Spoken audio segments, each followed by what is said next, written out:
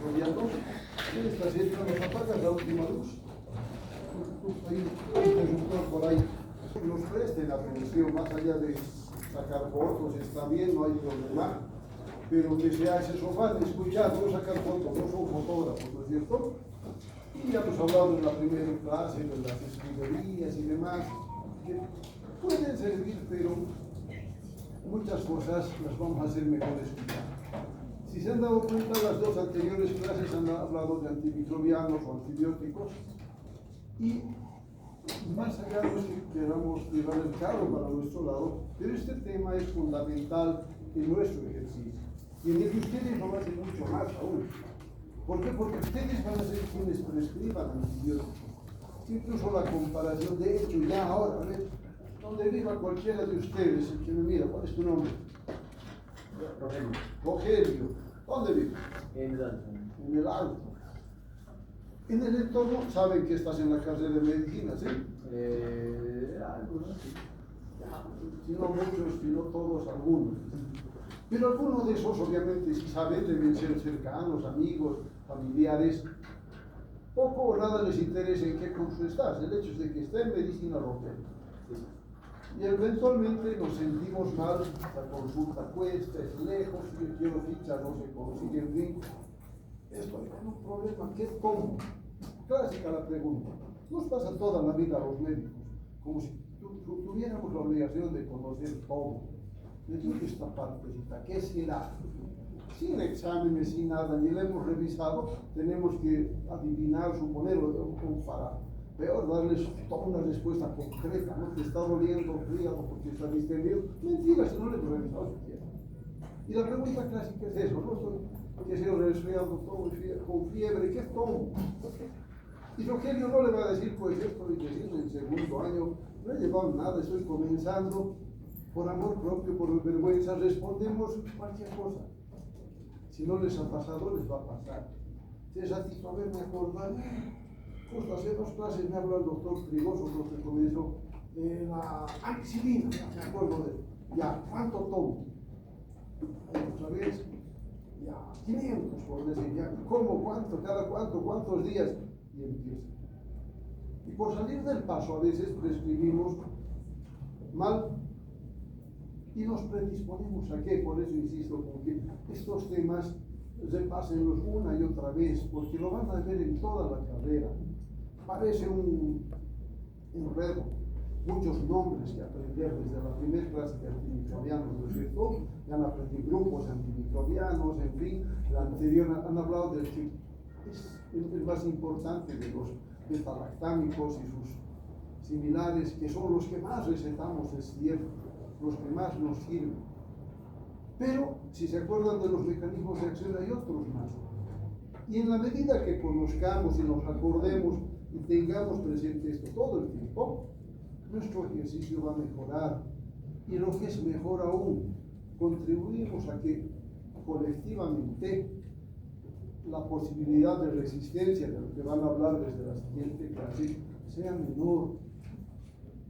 En los antimicrobianos hablamos, a ver, hace menos de 100 años, la historia de la medicina tiene mucho más tiempo, pero más o menos hace, sí, van a ser 100 años que se ha descubierto la penicilina, en 2 años, y de 100 después de 13 años más o menos de haberse descubierto, la hemos empezado a utilizar como tratamiento, como terapeuta. Apenas ha comenzado y hemos tenido problemas de resistencia.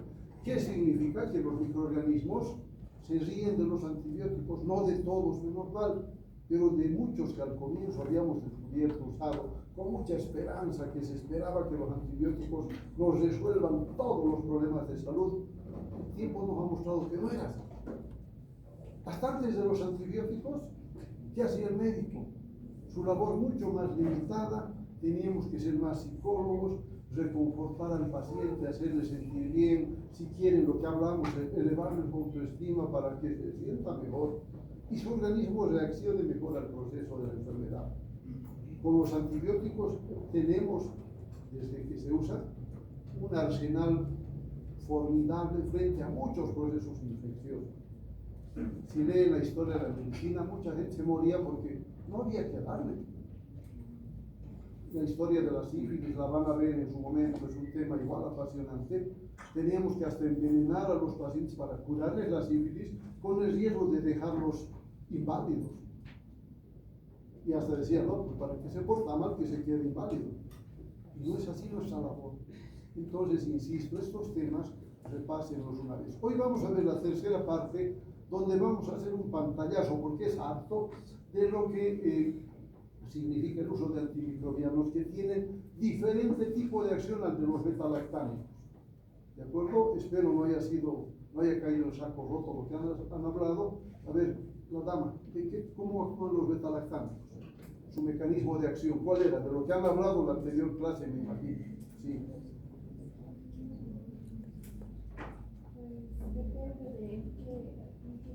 ¿Cuál es el mecanismo de acción? Así la pregunta concreta, dale. Atacan sobre todo a la pared celular. Sí. Inhiben la síntesis de pared celular, así en resumen.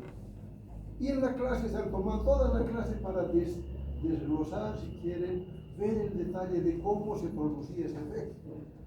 El efecto para inhibir la síntesis de pared celular. ¿Sí? ¿Me equivoco? Seguramente el colega, no sé quién les ha dado, pero ha preparado un desglose de eso. Nos quedamos con el concepto general. Si se acuerdan, son 4 hasta 5 conceptos.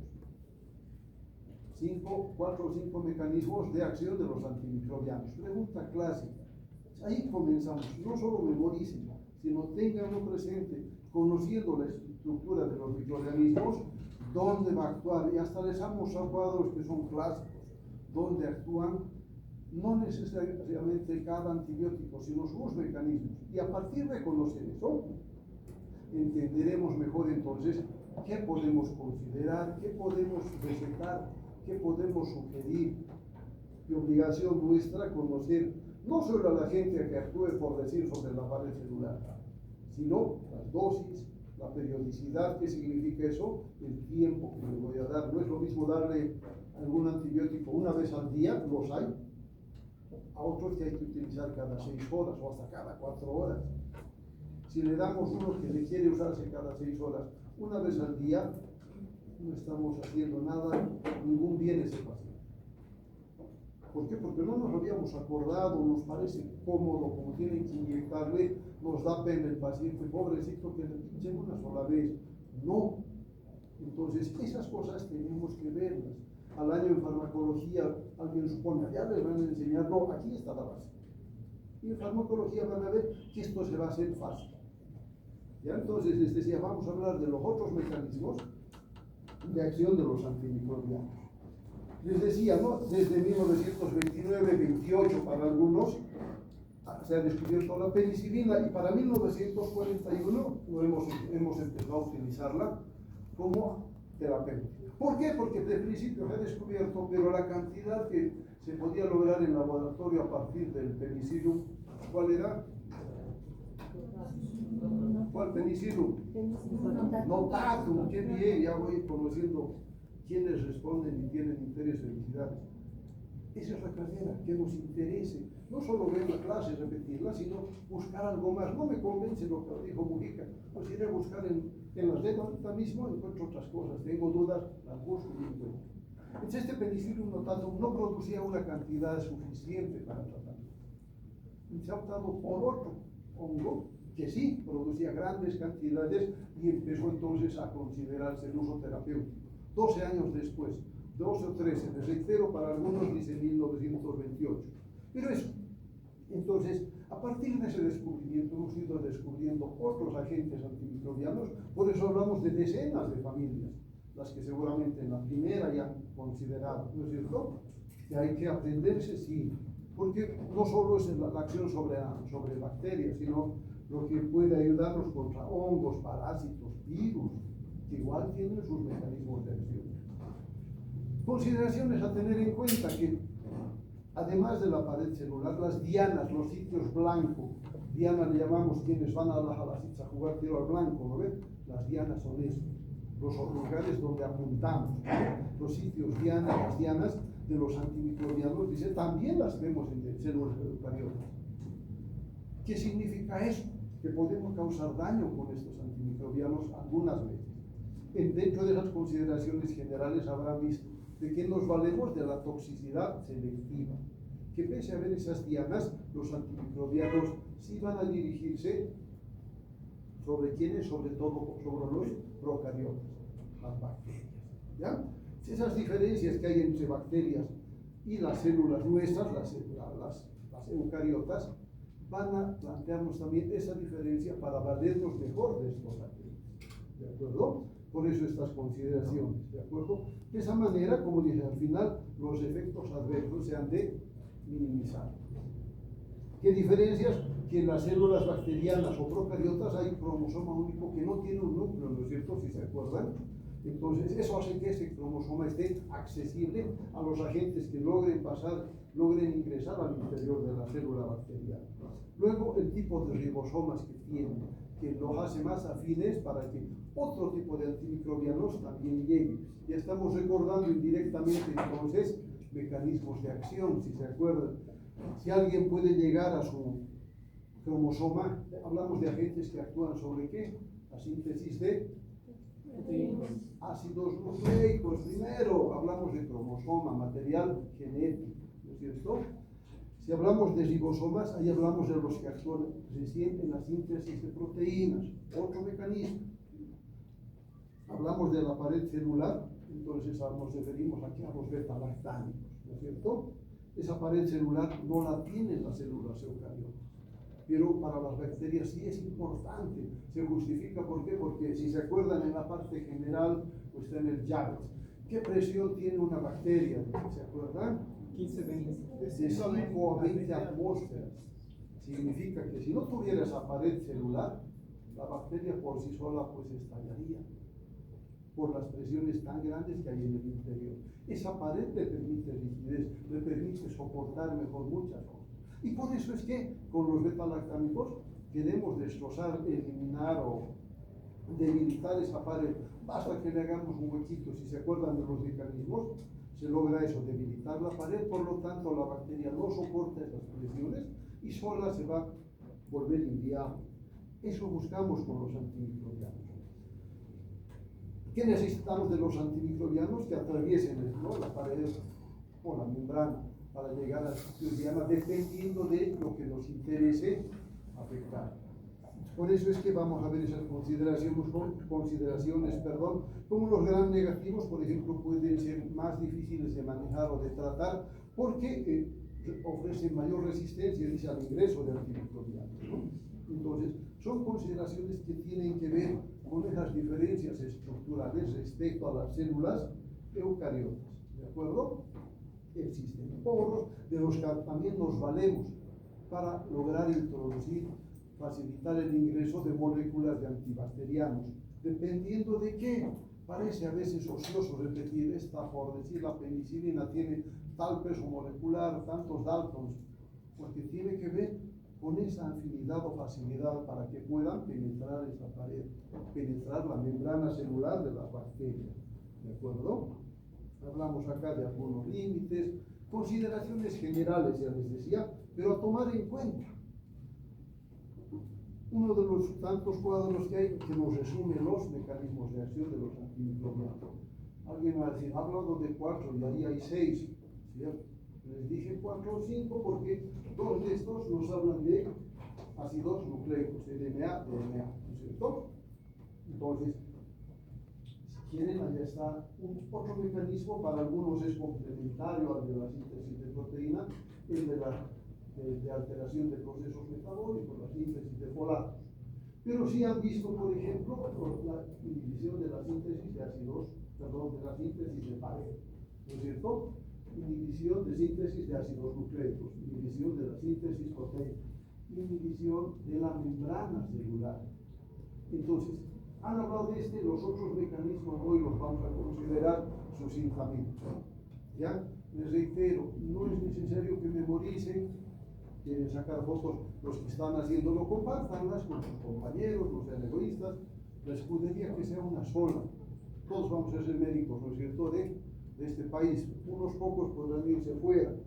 Por lo tanto, nos interesa que mi colega de mañana piense como yo. porque también se hace un buen tratamiento. Cuando yo tenga que ver a ese paciente, pues lo voy a ver con más facilidades y no voy a resolver las cosas que otro no ha hecho, ¿no? La idea no es esa en medicina, sino que todos pensamos como equipo. Parece ideal, pero debería ser así. Ya no hablamos solo del personal de salud, sino de un equipo, donde estamos nosotros, está la enfermera, está el laboratorista, en fin, porque todos buscamos ¿qué? El bienestar del paciente. ¿Ve? Entonces, el cuadro, imagino, ya lo tienen, siempre se nos sirve para acordarnos de los mecanismos. Empezamos hablando de aquellos antibióticos que van a actuar sobre la membrana plasmática. Estaba en su cuadro anterior, ¿no es cierto? Si bien el cuadro solo señala, pero decimos pared, membrana plasmática, ¿no es cierto? Por dentro ya estarán ácidos nucleicos, los ribosomas para alterarnos la síntesis de proteínas. Entonces, esta membrana es importante para todas las células, ¿no? Es parte de sus mecanismos propios, metabólicos, catabólicos, para que introducir elementos, retirarlos, en fin, y también tiene su propia complejidad, mucho más en las bacterias. Se han logrado captar la idea, en las bacterias la membrana es la que cumple todas sus funciones, ¿no? De absorción, de excreción, por esa multiplicidad de funciones. Sin la membrana la bacteria no puede ser, no tiene como las células procariotas, la maquinaria no tiene núcleo, no tiene varias cosas, pero asimismo puede sobrevivir, porque se ha adaptado, ¿no? A lo largo del tiempo, lo sigue haciendo. Esa membrana, por eso será importante, interviene, como dice el texto, ¿no? En procesos de difusión, transporte activo, controla la composición del medio interno, ¿cierto? Regula la composición de ese medio. ¿Para qué? Para que se mantenga la presión que hemos dicho, para que la presión externa o la presencia de agentes externos, el medio, no le sea tan adverso como para que sea inviable luego su permanencia, en fin. Existen varios agentes que van a alterar esa permeabilidad selectiva de la membrana. Y de eso nos valemos para utilizar algunos agentes.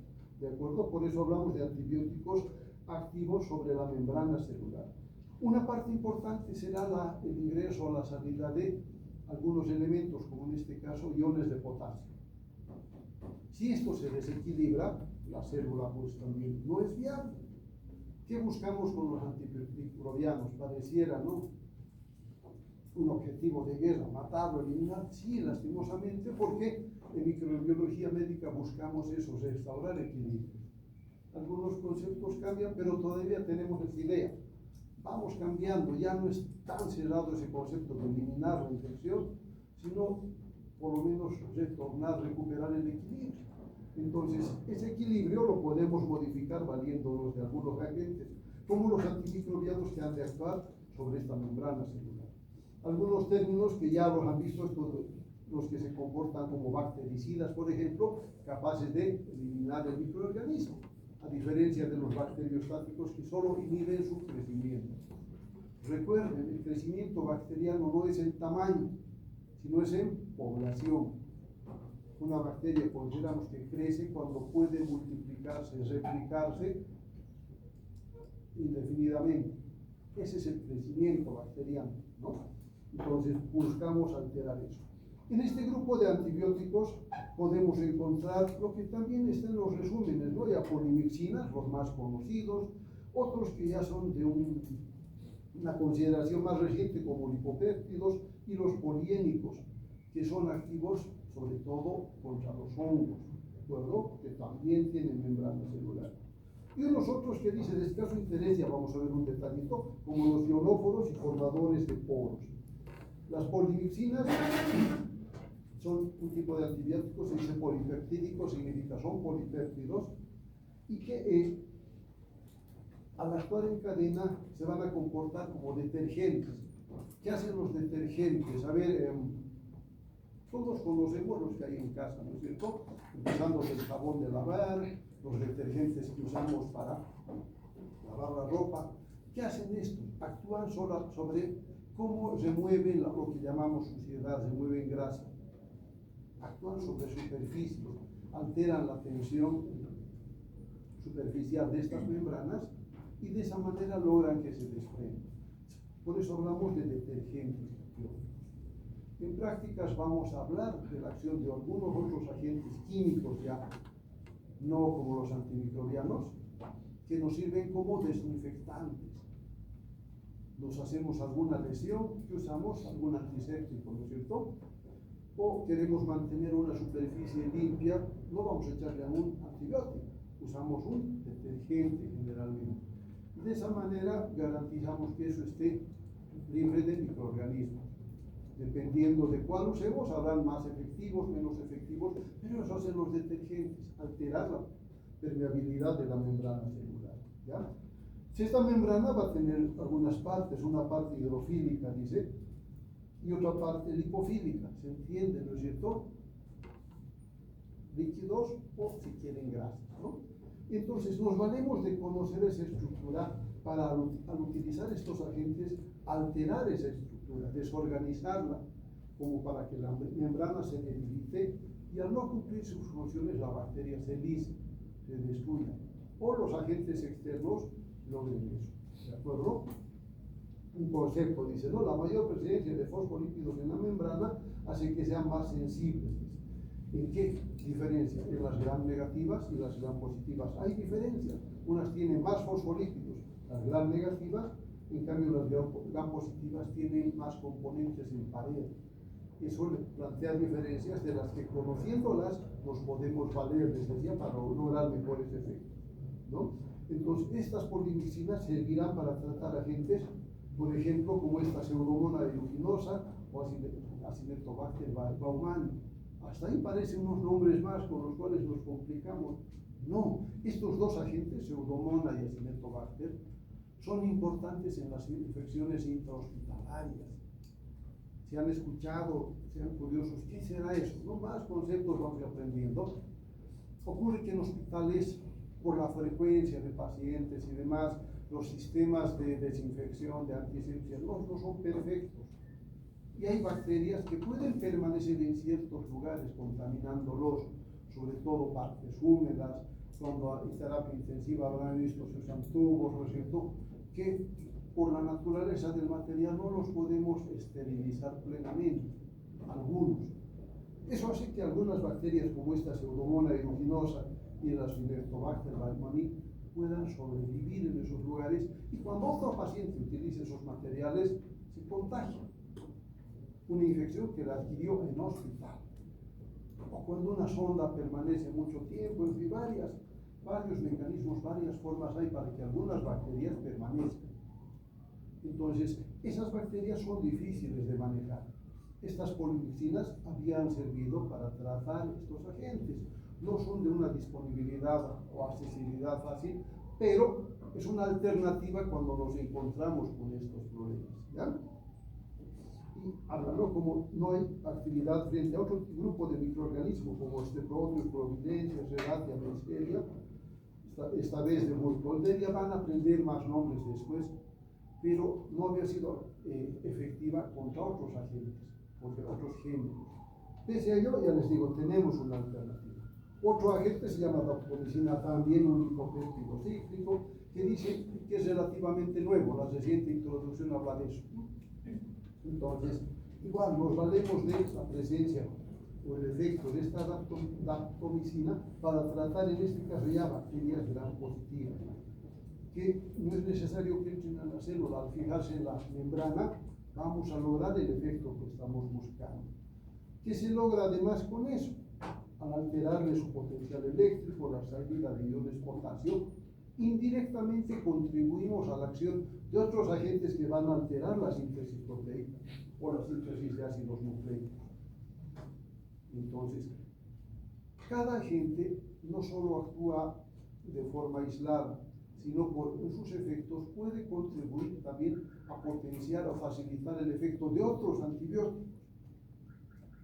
Les reitero, conociendo esos mecanismos, nos podemos valer cuando se trata de infecciones severas, graves si quieren, ya no solo de un antibiótico, sino 2, 3 inclusive, cuando nos encontramos con problemas serios. Hay problemas de salud que requieren usar no uno, sino 2, 3, hasta más antibióticos. ¿Por qué? Por la gravedad del caso, ese paciente hasta puede morirse por la infección. Un ejemplo, por ejemplo, las peritonitis. Cuando nuestra cavidad peritoneal, ya saben por anatomía, se infecta por el contenido intestinal, por algún motivo, apendicitis perforada, en las damas un absceso tubovárico, algo que estaba en trompas, pero se ha liberado a cavidad peritoneal, nos plantea una infección seria. Manejar eso con un solo antibiótico sirve, pero como pueden haber varios grupos de antibióticos en contenido intestinal, pues tenemos que usar una asociación. Entonces nos valemos de esa capacidad, de esa virtud de algunos agentes como para también bloquear en menor medida, por ejemplo, la síntesis proteica o la síntesis de ácidos nucleicos para usar, por ejemplo, un otro agente que actúe con esos mecanismos. Por lo tanto, si quieren, vamos a barrer con todo lo que está provocando problemas. Y eso se refleja en la mayor posibilidad de sobrevida de esos pacientes. Que de otro modo vamos a sepsis y van complicando los casos. Entonces, a tener en cuenta, ya les decía, no es la idea enredarlos, sino plantearles situaciones reales. ¿De acuerdo? Bueno, esto igual va a alterar, les decía, esa membrana como a través de esas sus paredes o porciones o segmentos lipofílicos, hidrofílicos, podamos alterar eso, facilitar el ingreso de algunos iones, salida de otros, la membrana se debilita y hemos logrado el efecto, ¿no es cierto? Más aún, se dice que algunos agentes hacen que mecanismos como esto, la unión de varias moléculas, permite incluso la formación de canales, conductos por los cuales se facilita el ingreso o salida de elementos. Nos valemos de otra característica más para lograr nuestro objetivo. Lastimosamente, con esta rapamicina, el espectro antimicrobiano, espero ya hayan entendido, es, si quieren, su potencia frente a varios agentes. Es reducido con gram positivos y no puede atravesar gram negativos, por lo tanto, se limitará para algunas cosas. De otro modo, lo utilizaríamos activamente.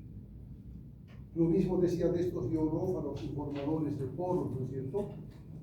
Aquí su nombre es vancomicina, tirosidinas, o en el caso de los formadores de poros, estas gramicidinas, tienen efectos diferentes, como dicen acá, el ionóforo incorpora cationes monovalentes que permiten que facilite el cruce de la capa lipídica. En cambio, los otros son formadores de poros, ayudan por sí solos los antimicrobianos en la formación de esos poros para permitir entrada y salida de agentes. ¿Cuál es la diferencia? De que son agentes que tienen efectos colaterales, pueden ser tóxicos, entonces no se puede utilizar por vía parenteral o para uso sistémico, como dicen, por los efectos que pudiera haber. Por lo tanto, se lo utiliza sobre todo en infecciones tópicas, infecciones locales. Asimismo, sí, en esta gramicidina, por ejemplo, cuando hay abscesos difíciles de manejar después de una peritonitis en piel se hacen abscesos, pues nos sirve muy bien como para tratar esos efectos sin que el antibiótico lo estemos introduciendo en el organismo, si no lo usamos localmente. ¿De acuerdo? Nos valemos de esa presión. Luego vienen los antibióticos inhibidores de la síntesis de proteínas. Este es un grupo relativamente grande, no tanto como el de los beta-lactámicos y sus similares, pero que se vale de ese proceso que es fundamental para las células bacterianas, que es la síntesis de proteínas, para su membrana, para su pared, para sus estructuras y demás funciones, ¿no es cierto? Entonces, ¿cómo logramos la inhibición selectiva? En estos casos, valiéndonos de las diferencias entre ribosomas bacterianos y eucariotas. Recordar que los ribosomas bacterianos se dividen en subunidades. Eso en la parte general también han visto, el 30S y 50S, ¿no es cierto? Y estas subunidades tienen además su ARN ribosómico, 16S en la 30S y el 5S en la otra fracción, ¿no es cierto? Entonces, estas proteínas llamadas S, dice por el small, pequeño, vamos a encontrarlo en las subunidades, ya sea en la 30S, las pequeñas, y el L o large en la subunidad 50S como receptor. Nos vamos a valer esos efectos para que vayamos bloqueando esto, y esta inhibición de la síntesis proteica se vale de lo que conocemos para y alguna de las partes, no en general, ¿de acuerdo? Hablamos aquí de algunos grupos de antimicrobianos, como los aminoglucósidos, por ejemplo, que tienen diferencias con los otros. Acá, resumiendo cómo se actúa sobre la síntesis de proteínas, vemos o rescato lo que les decía, grupos de antimicrobianos. En la clasificación habrán hablado, por ejemplo, de macrólidos, ¿no es cierto? Han hablado de linfosamidas, de streptograminas, de oxazolidonas, de linfosamidas, de aminoglucósidos otra vez, y de las tetraciclinas. Estos grupos, los más conocidos o más utilizados son estos macrólidos, estos aminoglucósidos, y un poco menos las tetraciclinas. Los demás son grupos menores, pero son grupos de antibióticos. Recordando, no cómo se produce o cómo se realiza la síntesis de proteínas, viendo las estructuras que se van a tener que formar, y dividimos eso en 4 fases. Esa síntesis proteica va a tener estas 4 fases, y cada grupo de antibióticos actúa en alguna de esas fases, o tal vez en una o 2, cuanto mejor si actúan en más de 2 fases, para que podamos lograr un mejor efecto. Hay una fase de activación, una fase de inicio de la síntesis proteica, luego hay los inhibidores de la fase de fijación del aminoácido ARN de transferencia. ¿Qué significa? Como está más adelante en un cuadro, las proteínas bacterianas todas comienzan con un aminoácido, se llama la metionina. Entonces, esta metionina se va a unir al ARN de transferencia y forma un complejo, ¿no? Está más adelante. Y luego, como fase final de la síntesis de proteínas, está esta fase de elongación. Creo que hay algún cuadro más allá.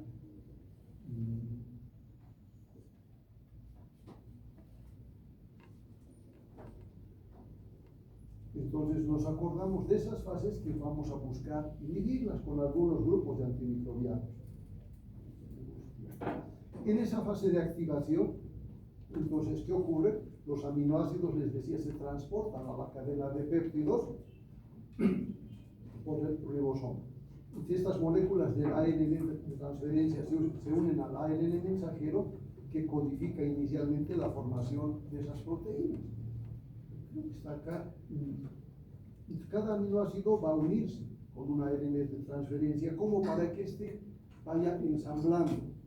¿Qué son las proteínas? Cadenas de aminoácidos que pueden ser diferentes de acuerdo a su naturaleza y función. Necesitan un ARN de transferencia específico para ir ensamblando. Si quieren una metionina, una glicina, lo que en bioquímica nos enseñan, ¿se acuerdan? Esos aminoácidos se van a ir combinando, ensamblando de acuerdo a lo que vaya a formar la bacteria. Intervienen en ese proceso también unas enzimas, en este caso se llama aminoácido ARN de transferencia sintetasa. Procesos en los que todo el tiempo vamos a ver la producción de estas enzimas, de estos aminoácidos, y lo que formamos, aquí está, es este complejo formil-metionil ARN de transferencia. ¿Por qué? Porque les decía, el primer aminoácido es la metionina.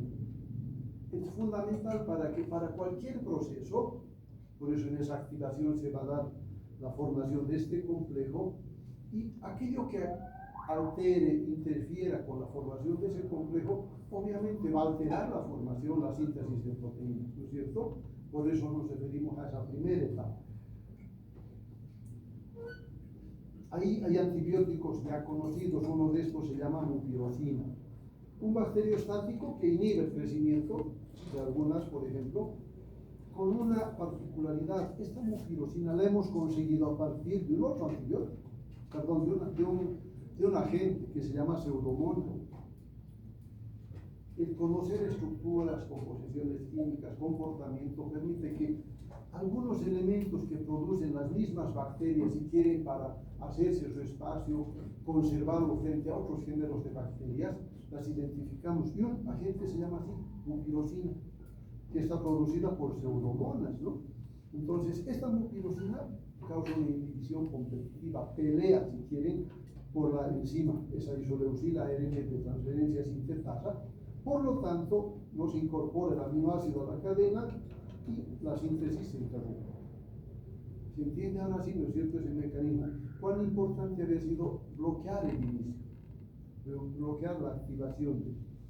Tiene acción sobre gran positivos importante, dice, pero sobre todo es de uso tópico, es una aplicación tópica, porque los efectos en el organismo a veces son importantes, por eso es que no se puede utilizar en muchos problemas generales. Lo que dice acá, más tratamiento tópico en infecciones cutáneas, sobre todo, o cuando en algunos es problemático la presencia de algunos agentes como el estafilococo aureus, ¿de acuerdo? Luego tenemos a el otro grupo de los inhibidores del inicio de la síntesis. Uno, esa mupirosina bloqueaba la activación. ¿Quiénes bloquean esto? Otra vez en esa fase, ¿no? El ADN mensajero tiene un codón, dice, para fijar el ADN de transferencia, el que porta lo que habíamos dicho, ¿no? Isoformil, metionina. Entonces, si estos se bloquean, porque esta formilmetionina se va a juntar en las unidades 30S o 50S y va a dar inicio a la síntesis de otros agentes. Es como si se fijara, por ejemplo, en el locus A, ha logrado su objetivo, se suelta y deja un espacio para otro complejo. Y en el locus B continúa el proceso. Entonces, el bloquear esa etapa nos va a repercutir en la síntesis de proteínas. ¿Y quiénes actúan a ese nivel? Estas oxazolidonas y los aminoglucósidos. Hablamos ya de agentes que utilizamos con frecuencia. O sea, en el segundo mecanismo, si quieren, vamos a ver. Estas oxazolidonas no tienen un uso muy difundido. El representante, si quieren, el más conocido es este dimersolid, pero que, como ya tiene ese mecanismo, la unión con esta formilmetionina ARN de transferencia sintetasa evita formación del complejo de iniciación, pero que es bacteriostático y lo utilizamos como una alternativa cuando tenemos infecciones multiresistentes, porque además es caro, ¿ya? Sobre todo con infecciones por gram positivos, como este estafilococo aureus, ya van a escuchar de este muchas veces, como este estafilococo aureus que lo tenemos, por ejemplo, en fosas nasales, la mayoría, en ciertas condiciones nos provoca problemas serios y difíciles de manejar. Entonces nos reservamos este dimersolid para ese tipo de pacientes, no para cualquier problemita, ¿de acuerdo? Luego les decía los aminoglucósidos, que han sido inicialmente obtenidos a través de otros hongos de actinomycetos, pero también se han conseguido otros semisintéticos. A partir de conocer la estructura de los iniciales, se han desarrollado otros agentes. Vamos a ver más adelante. Entonces, estos aminoglucósidos, les decía, ya hemos visto el mecanismo, tienen algunas particularidades que al tener, como decimos, moléculas muy cargadas, se pueden concentrar. Además del mecanismo que hemos dicho en torno a algunas bacterias, sobre todo gram negativas, y por eso es que utilizamos estos agentes para tratar múltiples infecciones, ¿de acuerdo? Ahí, igual que los demás, no solamente van a alterar esa fase inicial, sino también la fase de activación, desplazan iones de magnesio, calcio, es decir, tienen otros mecanismos complementarios que los hacen más electivos, más elegibles para tratar muchos agentes. Por eso les decía, utilizamos aminoglucósidos todos los días en los medios hospitalarios, ¿de acuerdo? Su difusión, que es igual particular en dos fases, y en aumentar por estos mecanismos este término, la concentración inhibitoria mínima, permite que a veces con dosis bajas podamos lograr objetivos, ¿de acuerdo? Hablamos de esto, ¿no? La gran cantidad de aminoglucósidos alrededor de cada célula bacteriana, pues también mejorará su efecto, alterará más la síntesis de proteínas. Y algo importante que quiero resaltar de este cuadro es que estos aminoglucósidos tienen un efecto post-antibiótico. ¿Qué significa esto?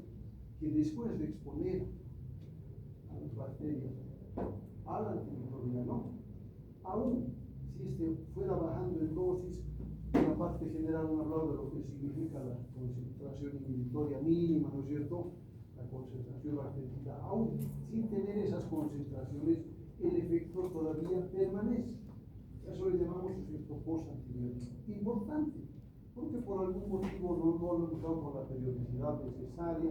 Estos aminoglucósidos se realizan por vía parenteral. Todos ellos, imagínense tener que inyectar un paciente 3 veces al día, preferimos tenerlos internados. Entonces, de eso nos valemos para que en algunos casos podamos espaciar los tiempos de administración.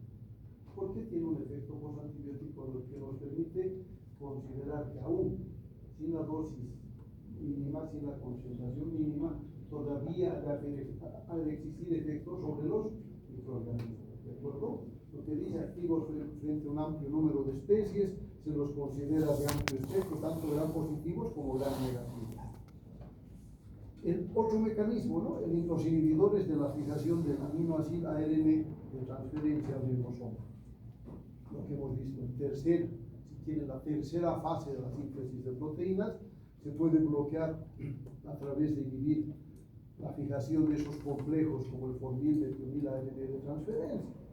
Entonces ahí intervienen estos grupos de bacterias como las tetraciclinas y derivados, que hasta hace unos años eran muy utilizados al ser tóxicas las tetraciclinas, sobre todo se ha secundarizado su uso, ya no se los usa con tanta frecuencia. Pero siguen siendo útiles, ¿por qué? Porque son de amplio espectro, es decir, ejercen su acción sobre varios grupos de antimicrobianos, ¿de acuerdo?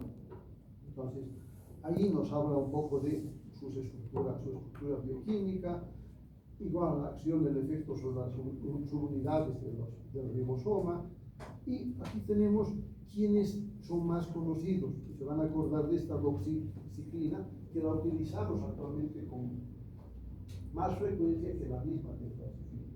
Y luego estas oxitetraciclinas y tetraciclinas, que son alternativas, pero cuando nos fallen las anteriores, no para usar las listas. Reiterar lo que les decía, ejemplos de antibióticos de amplio espectro. Cuando en la consideración general hablamos, ¿no es cierto?, clasificación por el espectro, es decir, de espectro reducido, de espectro ampliado y los de amplio espectro. Entonces, la tetraciclina era uno de esos, pero por los problemas que nos ha causado, se ha quedado su uso un poco limitado. ¿Verdad? Vemos aquí el efecto frente a varios grupos de agentes infecciosos, tipo bacterias, riquecias, micoplasmas, clamidias, espiroquetas, etc. Inclusive algunos protozoarios para psicología, eso es útil.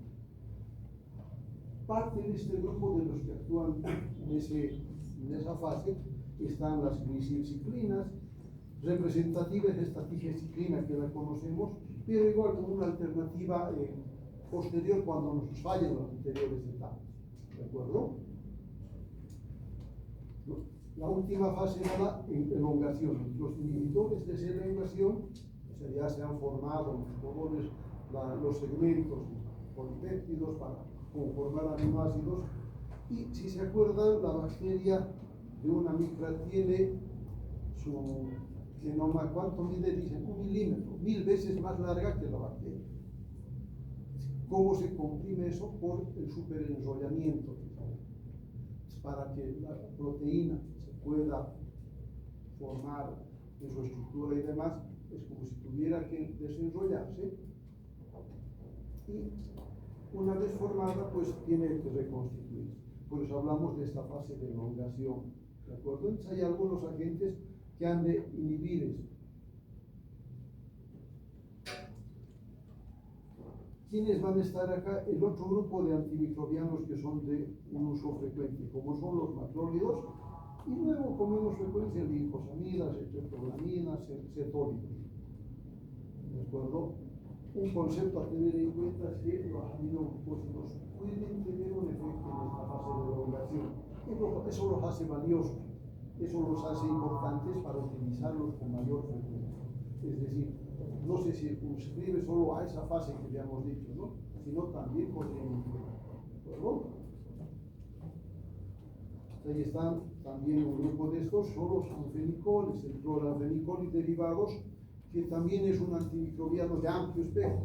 En esa clasificación habrán visto como ejemplo, ¿no?, antibióticos de amplio espectro, tetraciclinas, cloranfenicol. Sí, pero de uso restringido, ¿por qué? Porque nos han provocado problemas, ¿no? Entonces, está como alternativa un derivado se llama tianfenicol, ¿cierto? Reiterables amplio espectro contra microorganismos gran positivos, gran negativos, anaerobios, etc. Luego las glicosamidas, de estas utilizamos sobre todo esta, la clindamicina, que está subrayado, se van a acordar, porque nos da un importante efecto, es accesible, no es cara, lo encontramos en varias presentaciones. En las damas, por ejemplo, hay infecciones genitales frecuentes que tratamos con clindamicina con buenos resultados, nos ha mostrado buenos efectos, por lo que comentamos, ¿no es cierto?, que son de amplio espectro. Y la acción frente inclusive a algunos protozoarios, como son plasmodios y toxoplasmas, que son el pan de cada día en parasitología. Puede haber efecto y nos valemos de eso también, ¿de acuerdo? Luego están los macrólidos, ya hablando de estos grupos, que igual es un grupo importante, que a partir de conocer el primero ha sido el que hemos conocido la eritromicina, porque se encontró luego que había tenido 14 átomos. Aumentando el 1, tenemos otros derivados como la citromicina, de amplio uso, por ejemplo, cuando hubo el COVID. En cambio, la eritromicina la conocíamos hace más tiempo, algunos derivados que los utilizamos ahora como claritromicina, oxitromicina, y los más últimos, como son esta espiramicina, josamicina, midecamicina, con diferencia en el número de átomos. Importante, les decía, porque los utilizamos también con mucha frecuencia, ¿de acuerdo? Los macrólidos, igual que los demás, hemos explicado cómo van a actuar a nivel de la síntesis de proteínas en ese proceso de elongación, sobre todo en la última fase de la formación de las proteínas, ¿no es cierto? Corremos un poco porque el tiempo se nos va acabando. Se consideran bacteriostáticos, aunque con concentraciones altas sí logramos efecto bactericida. Vemos ahí el grupo de microorganismos sobre los que tienen actividades amplias, ¿no es cierto? Y por eso es que también los utilizamos con frecuencia. No utilizamos todos los antibióticos, pero sí es bueno conocerlos para tener alternativas. Esas estreptograminas son de uso sobre todo tópico, local, por limitaciones en el acceso, ¿de acuerdo? Lo mismo que este ácido fusílico, que también es parte de esos que actúan en la elongación, pero que este se usa localmente, sobre todo en los agentes que usamos para quemaduras. Ya hay preparados, llamamos pomadas, ungüentos, que tienen sobre todo ácido fusílico. ¿Qué hacen? Pues importantes con algunos grupos de bacterias, como estafilococos, que están en piel. En una quemadura es importante eso. Una quemadura se complica porque las bacterias que tenemos en piel, como este Staphylococcus aureus, el Staphylococcus epidermidis, pueden contaminar las heridas y provocarnos problemas serios, se difunden, en fin. Al usarlos tópicamente limitamos su crecimiento, ¿de acuerdo? Luego estará el grupo de los antimicrobianos que actúan sobre los ácidos nucleicos, ¿no? Conociendo eso, lo que decíamos, que igual en ese genoma requiere para replicarse el desensoriamiento, superensoriamiento, en fin, son importantes algunas enzimas, no están acá, como las topoisomerasas. Entonces, ¿qué hacen estos antibióticos? Van a alterar obviamente la duplicación del ADN, impiden su transcripción y por lo tanto inhiben la síntesis de metabolitos esenciales. Aquí están sobre todo rifamicinas y quinolonas, ¿ya? Grupos de antibióticos. Y otros que son los nitroimidazoles y nitrofuranos, que tienen diferente comportamiento bioquímico. De estos grupos más utilizamos estas quinolonas, igual van a ver, algunos ya le han recetado, por ejemplo, la más conocida, norfloxacino, ciprofloxacino, lo han escuchado. Cómodo de tomar, se toma 2 veces al día porque su vida media dura 12 horas, por lo tanto, es cómodo para que el paciente se acuerde y pueda seguir el tratamiento, nos interesa que termine, ¿de acuerdo? Estos, al actuar sobre el ADN, se dice que son bactericidas y pues, al ser bactericidas van a contribuir a la eliminación del problema. Estas rifamicinas son de uso más reducido para algunos procesos, también su espectro no es muy grande, podemos utilizarlo frente a gram positivos como Neisseria, también contra bacterias, pero con limitaciones. Algunas veces se utiliza también como tratamiento en los casos de cirrosis, como preventivo. Las quinolonas me interesa que se acuerden, ¿ya? Les decía recordando eso, ¿no? Que el ADN es 1000 veces más largo que la propia bacteria, una micra 1000 veces menos que 1 milímetro, ¿no es cierto? Entonces, estas topoisomerasas, les decía eso hace rato, son las enzimas encargadas de ese enrollamiento o desenrollamiento. Al bloquear la acción de esas enzimas, impedimos que la bacteria produzca sus ácidos nucleicos importantes para que se puedan replicar, ¿no es cierto? Entonces, por eso es importante el sujeto. Sobre todo van a bloquear la acción de topoisomerasas 2 y 4, ¿no es cierto?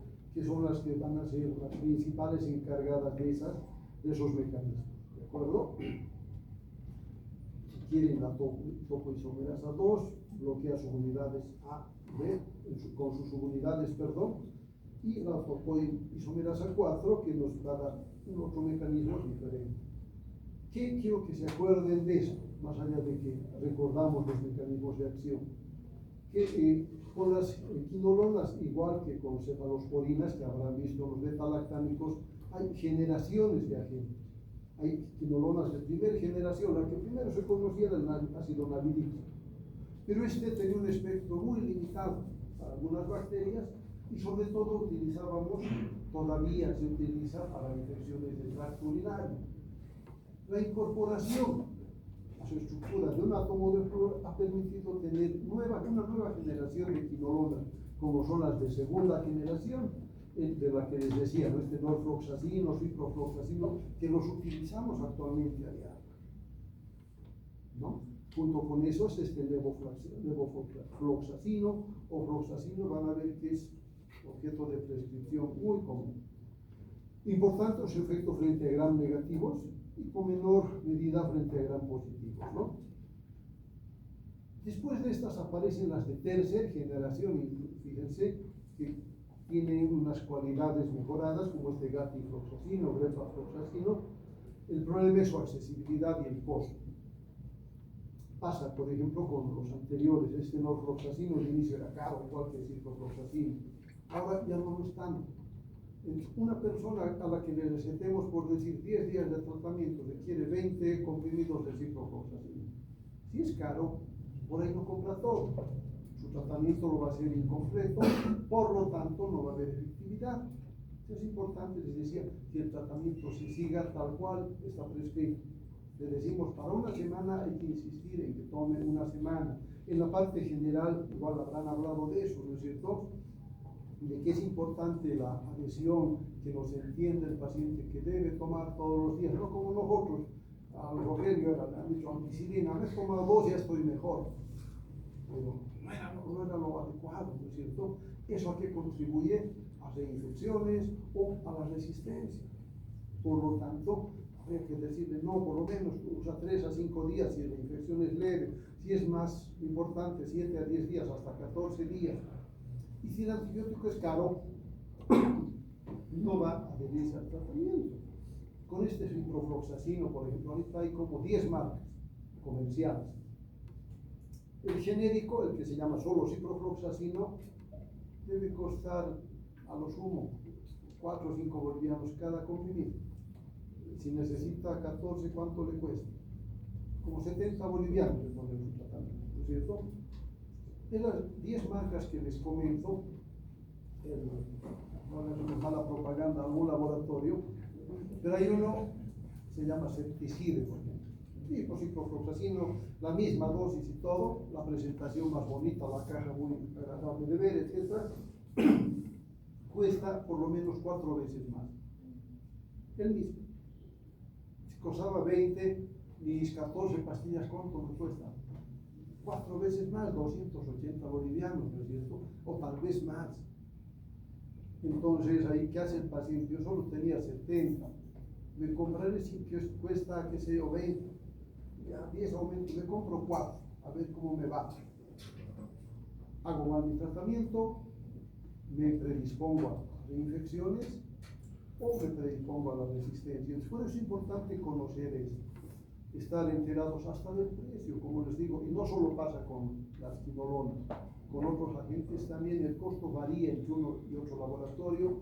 Lo ideal, lo recomendable es prescribir un genérico, que significa con el nombre del antibiótico, no con el nombre comercial, Ceftriaxone, Ciproxan, de los que me acuerdo, sino como ciprofloxacino de 500 miligramos, lo que necesitamos, ¿de acuerdo? Existe inclusive, los decía, los de cuarta generación, moxifloxacino, torvafloxacino, que igual son buenos, son efectivos contra grandes efectivos rebeldes si quieren al tratamiento, pero lo que hace limitante es el costo. No todos los encontramos en el mercado, y los que encontramos cuestan carísimo, ¿de acuerdo? Hay un resumen de estas quinolonas de primera, segunda, tercera y cuarta generación. Junto con el nalidíxico había el ácido pitaínílico, que también lo utilizábamos en infecciones urinarias, infecciones locales. Y actualmente las de segundas, las que más se utilizan, ¿ya? Luego el de los nitroimidazoles, agentes que tienen efecto sobre todo también contra algunos protozoarios, los metronidazol famoso, útil sobre las bacterias anaerobias. Lo utilizamos combinado cuando hay infecciones graves. En las peritonitis, por ejemplo, este metronidazol sobre todo lo usamos para combinar que sea un aminoglucósido más una quinolona o quinolona más beta-lactámico más un tinidazol, ¿de acuerdo? Y luego están estos tinidazol o nidazol que son conocidos mucho. Estos nitrofuranos, el más conocido es la nitrofurantoína, que utilizamos para tratar infecciones urinarias todavía. Es de primera línea, es decir, sobre todo en pacientes embarazadas, si hay infección urinaria se recomienda esto.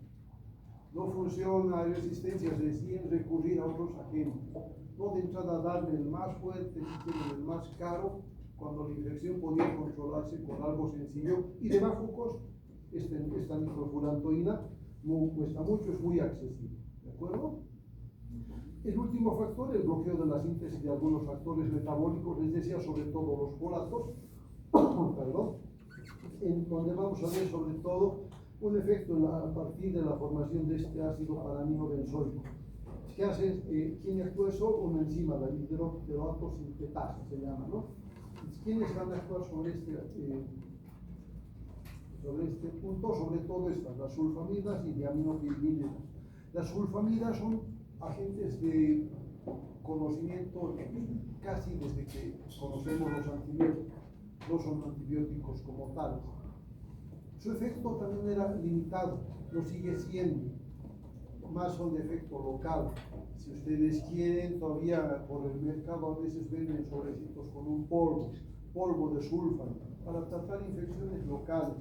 A veces donde les venden, en las zonas tropicales, las infecciones de piel son frecuentes, pueden funcionar. Lo ideal es saber por qué es su infección. Por ahí era una leishmaniasis, no se va a tratar con sulfa, ¿no? Pero pues va a ayudar a que se cierre, le interesa al paciente que cierre su herida, no importa de qué sea. Entonces, se han ido limitando, pero combinadas con algunos agentes se vuelven importantes, como este cortemoxazol, ¿de acuerdo? Combinación de trimethyltropin y sulfamethoxazol se llama. El más conocido, que igual tuvo su auge, diferencias en cuanto a costo, y ya lo estamos volviendo a utilizar, pero con la prescripción e indicación adecuada, ¿de acuerdo? Y eso es todo. Gracias por la atención y paciencia.